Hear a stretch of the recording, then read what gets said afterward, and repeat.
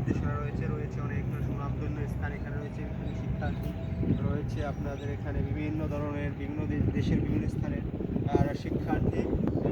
মাদ্রাসা রয়েছে ঐতিহাসিক বিভিন্ন নির্দেশনা।